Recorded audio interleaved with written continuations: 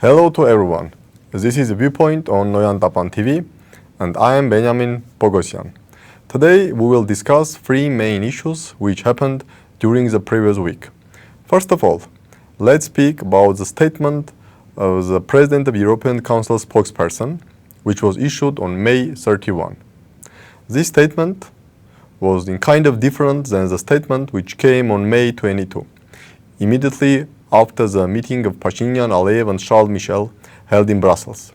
We all remember that in the statement after the meeting of May 22, Mr. Charles Michel did not use the term Nagorno-Karabakh. He used only Karabakh, and he spoke about some rights of Armenian population of Karabakh. And this statement raised significant concerns both in Armenia and Nagorno-Karabakh. The European Union maybe is not in the right path, and maybe European Union is moving towards closer to the Azerbaijani position. Even Azerbaijani President Ilham Aliyev used this statement to claim that it's not only Azerbaijan, they declared there is no Nagorno-Karabakh after 2020 war, but even international community. And he explicitly mentioned the statement of Charles Michel on May 22. We have to say that since April 13, when Armenian Prime Minister Nikol Pashinyan made his famous speech in parliament and said that international community asked Armenia to reduce its threshold on Nagorno-Karabakh status, discussions, expert assessments, and speculations were underway in Armenia, claiming or arguing that under the international community we should understand the West in general, or in particular European Union. Let's not forget that Pashinyan made his statement only a week after the meeting with Aliyev and Charles Michel held in Brussels on April 6. And both Prime Minister statements on April 13 and also the statement of Charles Michel on May 22 simply triggered the concerns in Armenia that maybe European Union really is moving closer to Azerbaijani position, and European Union thought to convince or even force Armenia to make concessions on Nagorno-Karabakh, recognize Karabakh as a part of Azerbaijan, and some sort of autonomy. Definitely, this situation concerned European Union, and my assessment is that currently European Union would like to send messages to Armenian Nagorno-Karabakh societies that European Union has no ready draft agreement between Armenia and Azerbaijan. European Union does not convince, and the European Union does not force Republic of Armenia to recognize Karabakh as part of Azerbaijan. And the interesting thing is that the European Union is concerned about its image in Armenia, because European Union and different European countries, they clearly feel that there are some anti-European sentiment in Armenia, because if people here in Armenia believe that European Union seeks to convince or force Armenia to recognize Karabakh as part of Azerbaijan, which means European Union acts definitely against Armenia's and Nagorno-Karabakh's vital national interests, this definitely will trigger some anti-European sentiments. And by statement of May 31, Charles Michel simply sought to disperse these doubts. In his latest statement, which was published on May 31, Charles Michel, or the spokesman of Charles Michel, used the term Nagorno-Karabakh. He said that all roots of the conflict should be addressed during the negotiations. All roots of the conflict, all roots of all the significant reasons behind the First Karabakh War in early 1990s and also behind the hostilities of 2020. So by publishing this statement, European Union sought to send a clear message to Armenia that the European Union has no intention to convince or force Republic of Armenia to recognize Karabakh as part of Azerbaijan. The European Union does not want to act, and the European Union does not act against vital Armenian national interests. And this is really significant, that the European Union is concerned about its image in Armenia. Of course, no one was behind these closed-door negotiations held in April 6 and May 22, and nobody can argue by 100% confidence what the European Union wants or does not want.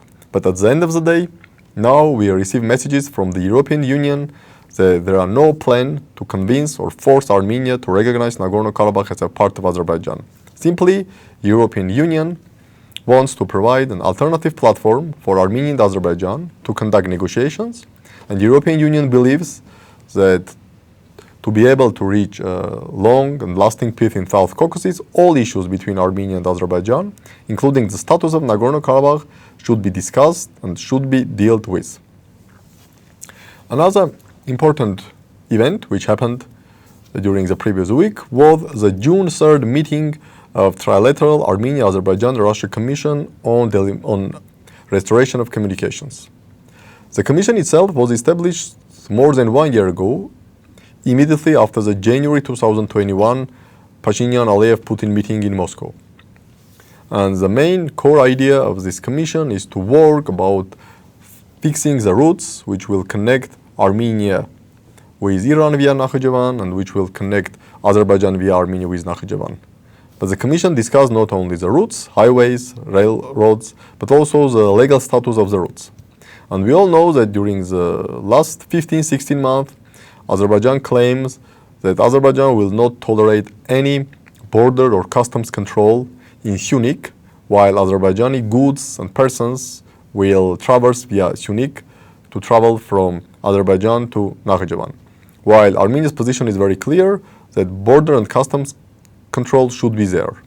Interestingly, in his latest statement on May 31, European Council President Charles Michel mentioned that no extraterritorial claims were discussed or agreed upon during May 22 meeting. However, here we should make a very clear distinction. Azerbaijan never says and never claims that the highways or railroads which should pass Syunik and connect Azerbaijan with Nakhichevan should be de jure under Azerbaijani control. So from Azerbaijani perspective, they don't want to have extraterritorial claims to Armenia.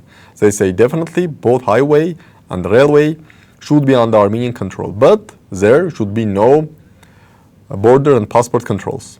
So we all know that immediately after the statement of Charles Michel, there were a lot of positive discussions here in Armenia that look, European Union is also against the Zangezur corridor, because European Union again says that no extraterritorial controls should be upon any communication which will pass via Armenia and Azerbaijan. But again, Azerbaijan never speaks about extraterritorial controls. Azerbaijan simply says that, okay, railroads and highways in Syunik should be de jure under Armenian control. But we don't want to have any Armenian border and passport controls. Regarding this latest meeting of Trilateral Commission, the previous meeting held in December 2021, so approximately 6-7 months ago. This itself indicates that there are significant obstacles and problems for move forward. And as far as we can understand, the key here is the legal status of these highways and railroads, and also the exact route of highway. Because on railroad, everything is clear. The railroad will pass very close to the Arax River through the major region of Armenia and enter Azerbaijan. But on highways, there are different options. As far as we know, Azerbaijan requires the highway to pass very close to Sisian city and then enter the Nakhichevan. However, even after the meeting, which held on June 3rd, so last Friday, there was only very vague statements that sides came closer to understanding on both technical issues, transit issues, passport and border controls, etc.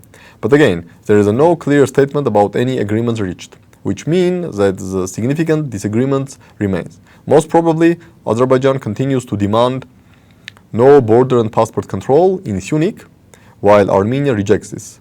So let's see how the situation will develop, but at least we can argue that after the June 3rd meeting of this Trilateral Commission on Restoration of Communications, still significant objections remain between Armenia and Azerbaijan. And the last thing about which I would like to speak is the Turkish statement that they are going to launch another military operation in northern Syria. Let's not forget that this would be already the fourth military operation of Turkey.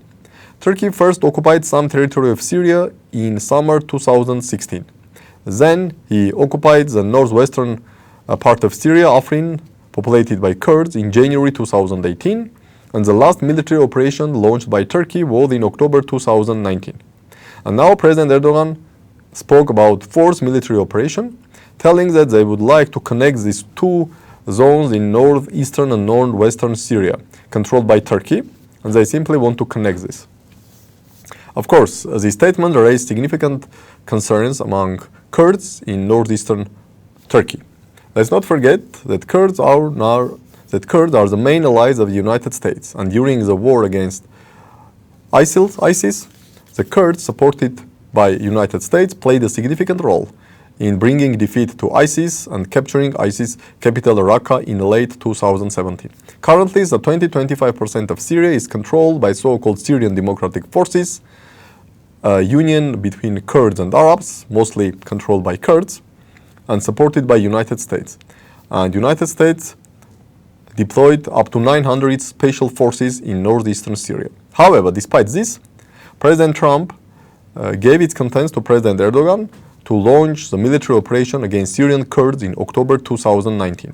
Currently, there is a delicate bargaining and delicate balance between United States and Turkey, especially regarding their relations with Russia, the position of Turkey on war in Ukraine, and the position of Turkey on the membership of Finland and Sweden to NATO. Up to now, Turkey rejects to allow the Finland and Sweden membership to NATO, especially stating that Finland and Sweden supports PKK or other Kurdish terrorist organizations. In this case, the recent statement by President Erdogan that Turkey is going to launch another large-scale military operation in northeastern Syria could be another deal between United States and Turkey, which will allow Turks to take more Kurdish territories. Of course, we should not forget also about Russia, because Russian troops also are deployed in these territories, and definitely before launching the large-scale offensive, Turkey should also come to understanding with Russia. And most probably, these issues will be discussed during upcoming June 8 visit of Russian Foreign Minister Lavrov to Turkey. But at the end of the day, the key for Erdogan is to have a victorious war and to use this war as a main argument for upcoming presidential elections. Elections are scheduled in summer 2023, but there are some discussions that maybe Erdogan will call early presidential elections in November 2022. Economic situation in Turkey is deteriorating, and Erdogan really needs a military victory to boost his chances to win the presidential election. And Erdogan knows very well that if he loses, most probably he and his inner circle may end up in jail.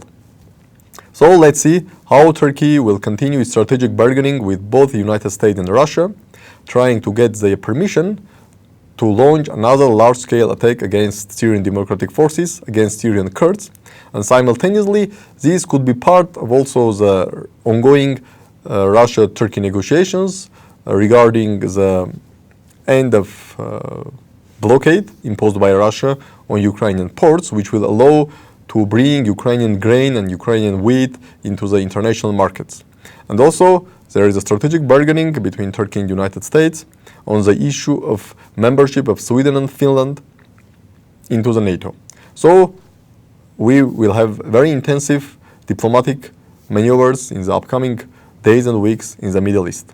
Thank you, and we will meet soon.